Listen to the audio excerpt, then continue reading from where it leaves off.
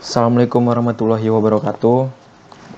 Di sini saya Aji Bayu Pangestu akan mempresentasikan hasil untuk mata kuliah saya Sistem Pakar, yaitu dengan judul Sistem Pakar Diagnosa Tingkat Depresi pada Mahasiswa selama belajar daring atau dalam jaringan. Dan metode yang dipakai adalah metode Fujii-Tsukamoto. Nah, untuk latar belakangnya, dalam pandemi COVID-19 ini membuat pelajar dan mahasiswa harus menjalani kegiatan belajar mengajar secara daring atau dalam jaringan. Belajar daring merupakan salah satu upaya untuk tetap produktif dalam bidang pendidikan. Namun pada kenyataannya, banyak pelajar dan mahasiswa yang mengeluh karena tidak dapat menerima pelajaran yang diberikan dengan baik, serta banyaknya beban dan tugas yang diberikan oleh guru atau dosen. Oleh karena itu, saya merancang sebuah sistem pakar yang berfungsi untuk mendiagnosa tingkat depresi pada mahasiswa selama belajar daring menggunakan metode Fujii-Tsukamoto. Nah, rumusan masalahnya adalah berdasarkan uraian latar belakang tadi, maka didapat suatu rumusan, yaitu bagaimana menerapkan logika Fujii-Tsukamoto dalam mendiagnosa tingkat depresi pada mahasiswa selama belajar daring.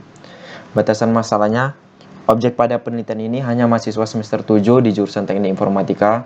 Kemudian terdapat 4 tingkatan dalam depresi ini, yaitu depresi minimal, depresi tingkat rendah, tingkat sedang, dan tingkat berat.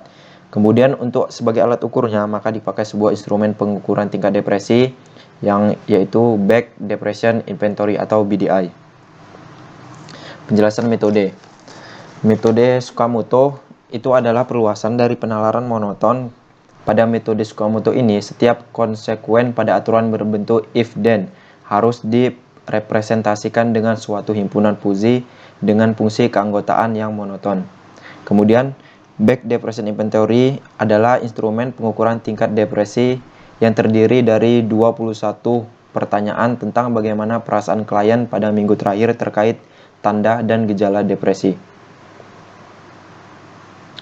Nah, kalau kita lihat dalam Fuzii itu ada struktur sistem inferensi Fuzii. Yang pertama, di sini ada data inputan, kemudian dilakukan proses fuzifikasi. Nah, kemudian ada mesin inferensi. Di mesin inferensi inilah kita masukkan basis pengetahuan kita.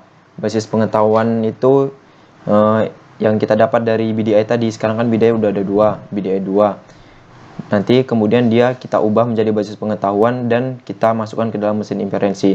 Setelah itu baru kita dapatkan fuzifikasi untuk mendapatkan outputnya. Contoh kasusnya, dalam BDI 2, BDI ini tadi yang instrumen pengukuran, ada 21 pertanyaan yang terdiri dari 9 pertanyaan tentang faktor kognitif, 7 faktor afektif, dan 5 faktor somatik.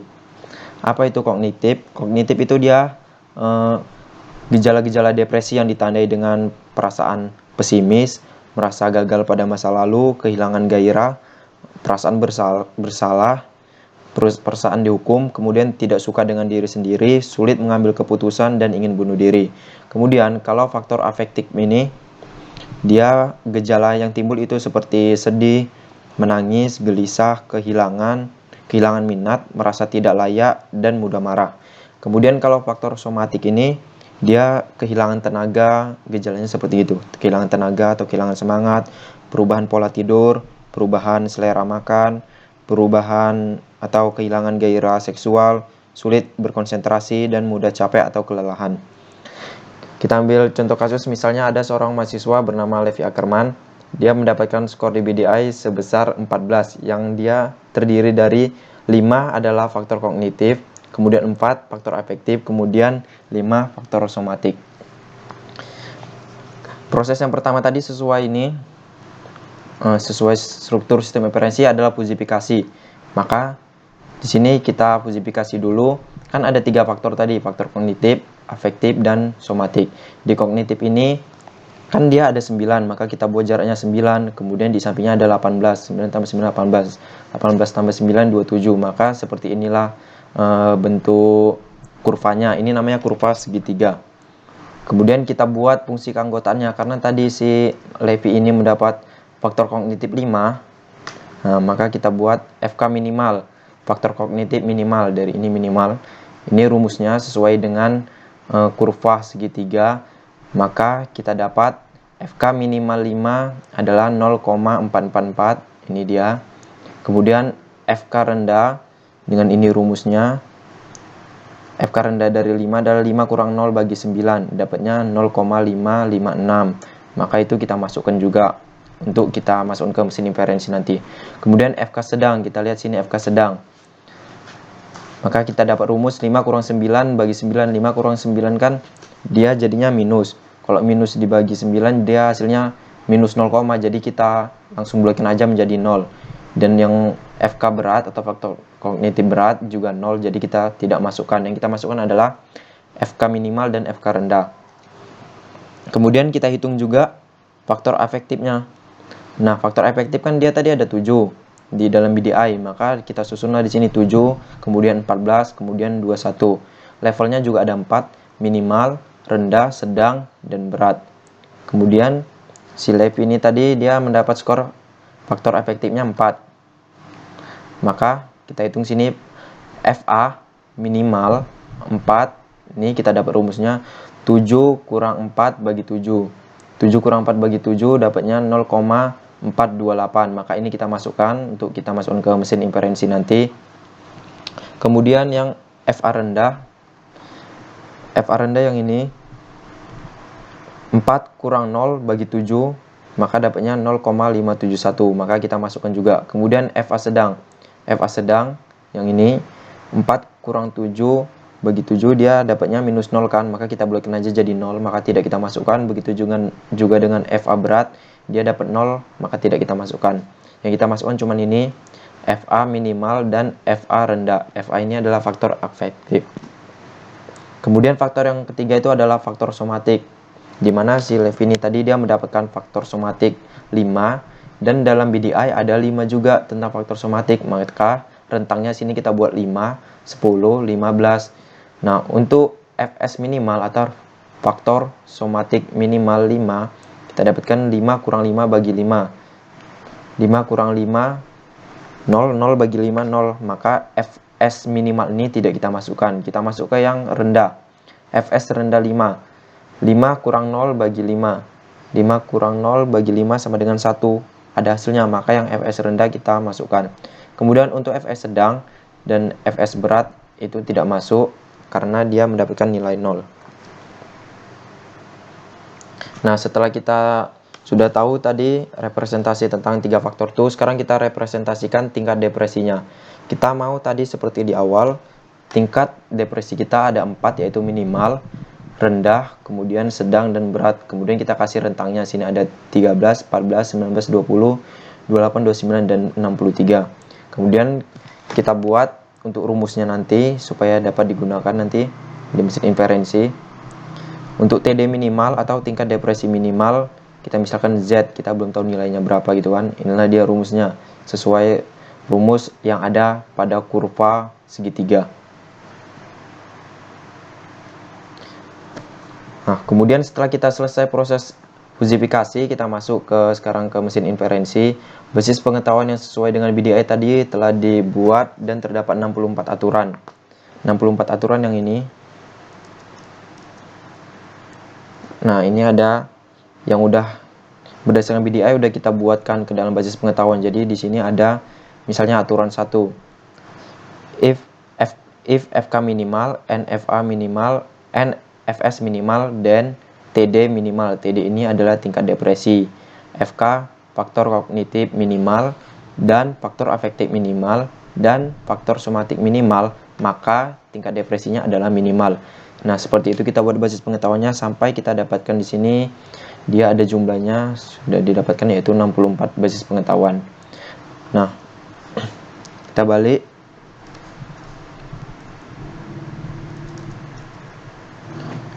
Di sini tadi kita sudah dapat berdasarkan hasil fusi aturan tersebut, kemudian kita masukkan dalam mesin inferensi. Tadi kita udah dapat fusinya kan, kita masukkan dalam mesin inferensi. Nah, pada mesin inferensi ini kita terapkan fungsi minus. Kita mencari nilai terkecil untuk setiap aturan pada aplikasi fungsi implikasinya. Nah, tadi yang kita dapatkan fusifikasinya itu FK minimal 0,44, FK rendah 5, dari FK ini faktor kognitif tadi yang rendah 0,556. Kemudian yang FA minimal ini 0,428, FA rendah 0,571 dan FS rendah dia 1.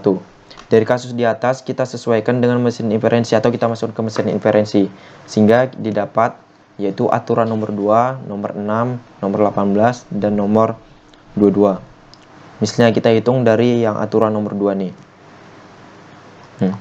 Untuk aturan nomor 2 atau R2 kan, if jika FK minimal, faktor kognitif minimal, dan FA minimal, faktor afektif minimal, dan FS rendah, faktor somatiknya rendah, maka TD minimal, maka tingkat depresinya adalah minimal. Kita cari predikat satunya. Kita masukkan rule ini tadi, aturan yang nomor 2. Ini FK minimal gabungkan irisan dari FA minimal, irisan dari FS rendah. Nilai FK minimal tadi 0,44, FA minimal nilainya 0,428 dan FS rendah nilainya 1. Tadi kan kita masukkan fungsi min dalam sini. Dari ketiga nilai ini mana yang paling kecil atau ya mana yang paling kecil, maka didapat adalah 0,428. Nah, karena TD-nya minimal, maka kita lihat aturan untuk TD minimal tadi apa. Dapat kita lihat di sini, representasi tingkat depresi. Untuk TD minimal, ini dia TD minimal. TD minimal yaitu 14 kurang Z dibagi 14 kurang 0. Maka kita masukkan rumus ini. Nah, karena di sini den minimal, maka TD minimal, maka kita masukkan rumus untuk TD minimal tadi kan 14Z dibagi 14 sama dengan kita masukkan nilai dari predikat 1 ini tadi 0,428. Nah, baru kita hitung 14 kurang Z, karena ini 14-nya faktor pembagi, kalau kita pindahkan jadi pengali ke sebelah kanan jadi 0,428 dikali 14 dapatnya 5,992. Kemudian yang 14 karena dia di sini kita kan mau nyari nilai Z ini berapa. Maka 14 ini karena dia plus kita pindahkan jadi minus. 5,992 dikurang 14 dapatnya adalah minus 8,008. Karena Z masih ada minus, di kiri ada minus, di kanan ada minus, bisa kita hilangkan jadi Z-nya adalah 8,008. Jadi ini sebagai Z1. Nah, ini adalah untuk perhitungan yang R2 atau rule atau aturan kedua. Kemudian untuk R yang ke-6 sama, kita buat predikat 2. Dia mengikuti aturan yang ke-6 yaitu jika FK minimal dan FA rendah dan FS rendah, maka TD minimal. Ingat tadi TD minimal rumusnya apa? Maka kita masukkan rumusnya sini. Sama juga kita masukkan FK minimal nilainya berapa? 0,444.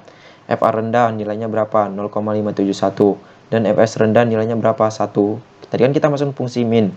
Nilai terkecil dari 3 angka ini yang mana? Yaitu kita dapatkan nilai terkecilnya 0,44. Maka dapat predikat 2-nya adalah 0,44. Kemudian karena di sini den TD minimal, maka kita buat sini TD minimal rumusnya yang tadi 14 kurang Z bagi 14 sama dengan 0,44. Maka didapatnya adalah Z 7,782. Karena ini hasil hitungan yang kedua, maka ini kita buat Z2 dan ini predikat 2. Sesuai ini tadi aturannya ada 4. Tadi kita sudah selesai 2, maka sekarang yang ke aturan selanjutnya yaitu R18. Aturan ini sesuai dengan mesin inferensi yang ada.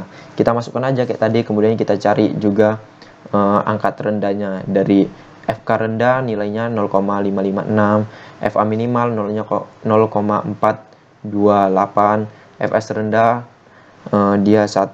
Dari ketiga ini mana yang paling minus atau mana yang paling kecil, yaitu 0,428. Tapi di sini TD rendah tingkat depresi rendah, kita lihat di sini.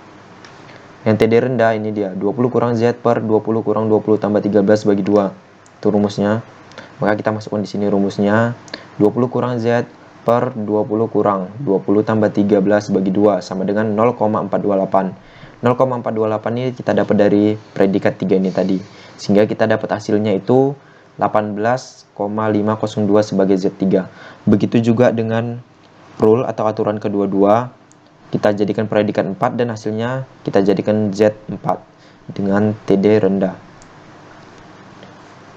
Setelah selesai dari mesin inferensi, kita masuk ke diversifikasi. Setelah diperoleh predikat dan Z, setiap rule maka tahap terakhir adalah difusifikasi.